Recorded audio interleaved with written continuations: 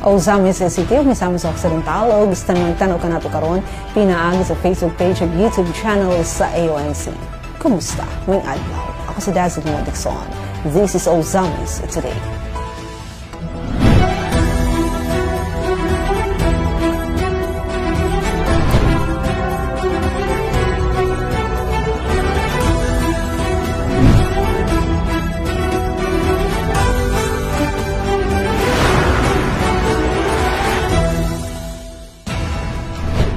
Sa ato ang mga headlines.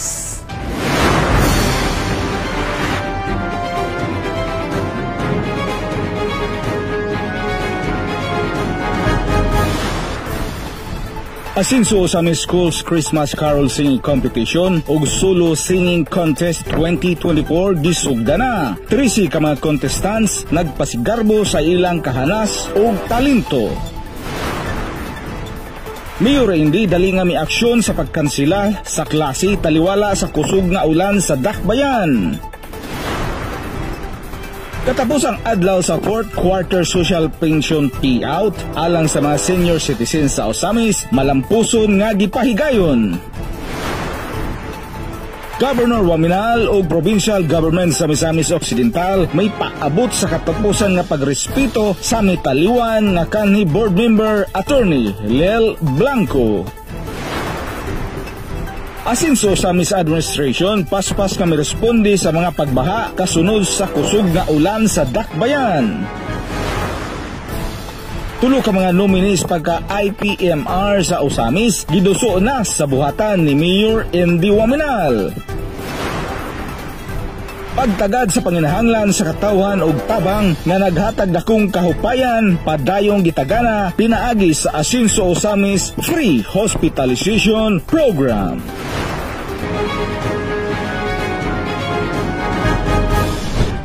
Ani ang mga detalye sa Osamis Today. Asan sa Osamis Schools Christmas Carol Singing Competition ug Solo Singing Contest 2024 gisugda na. 13 ka mga contestants nagpasigarbo sa ilang kahanas ug talento. Gitutukan ni Bernal Tagson ng maong balita. Ani ang report. Opisyal na gisugda Nobyembre 30, 2024 ang una sa upat ka Sabado sa Asinso Osamis Christmas Carol Singing Competition ug Solo Singing Contest 2024 sa Asinso Osamis Wellness Park. Bisan pa sa maulan nga kagabion, ang 13 ka mga contestants aktibo nga may pasundayag sa entablado ug mipakita sa ilang nagkadaiyang mga talento sa pagkanta sa preliminary rounds. Open Solo Singing Contest diin ang mapili nga top 3 finalists mamahimong mo-compete sa finals night sa Disyembre 21, 2024. Ang Open Solo Singing Contest nga gisalmutan sa mga nagkalain-laing talentadong performers nga nagpakita sa ilang kahanas sa pag-awit bukas alang sa tanang edad o residente sa Osamis nga hugot nga gisuportahan ni Committee on Tourism Chair Councilor Roland Dinky Suiso Jr. Matod pa ni Konsehal Suiso nga ang maong kompetisyon nagpakita sa dakong bili sa pagpauswag o pagpalambo sa tagsa-tagsa katalento sa matag Osamisnon. In spite sa atong raining cats and dogs, but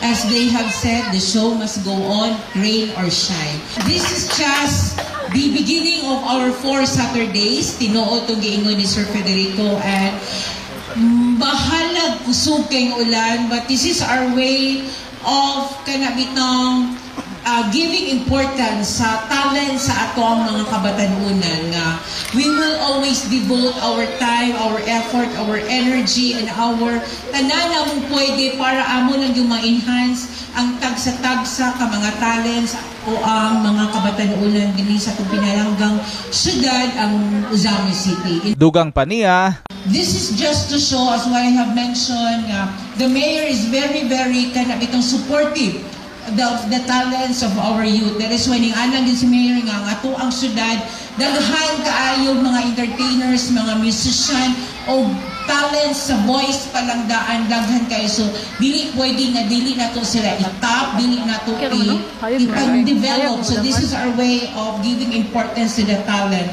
Ang preliminary round sa Open Solo Singing Contest nga positibong gisalmutan sa 13 ka mga contestants gikan sa nagkalain-laing barangay sa Osamis, nagpakita sa ilang talagsaong abilidad ug nagpasigarbo sa ilang nagkadaiyang estilo sa pagkanta. Ang top 3 finalists nga mokompete sa finals night sa Disyembre 21, 2024 mao sila si Iman A. Arbis gikan sa barangay Gango, Lovely Jen Byron nga lumulupyo usab sa barangay Baybay Santa Cruz ug si Judy Lynn Liagas nga taga barangay Maningkol, Osamis City. Ang top 3 finalists may pahayag sa ilang dakong pasalamat sa Asinso Osamis Administration, ilabi na sa atong very hardworking, young and dynamic mayor, Attorney Henry N.D. Puentes Wamanal Jr. nga mao'y nanguna ni ining programa aron maghatag og bili sa kahana sa nagkadaiyang talento sa matag Osamisnon.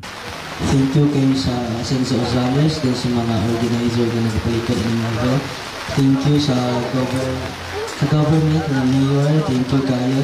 First of all, gusto ko mag-thank you sa Lord kay tagat niyo ginat na teamwork karon kay taga-contest mo na ako kay dili jud kini wala akong teamwork. So karon kay murag okay okay ron pero wala kay gid mo kaya ipasalamatan ako ang Ginoo sa paghigayon na na-enhance ng mga talent, paghigayon sa Osamis na makita na mong talent sa kadaghanan. Sa padayon nga paghatag og suporta sa talento ug kultura, ang Asinso Osamis Schools Christmas Carol Singing Competition ug Solo Singing Contest dili lamang usa ka kompetisyon alang sa mga performer, apan usa-usab ka inspirasyon nga maghiusa sa mga Osamisnon sa pagpasigarbo sa ilang abilidad, determinasyon ug gugma alang sa musika, alang sa padayon nga pagpauswag sa dakbayan. Alang sa Osamis Today, ako si Bernal Dexter.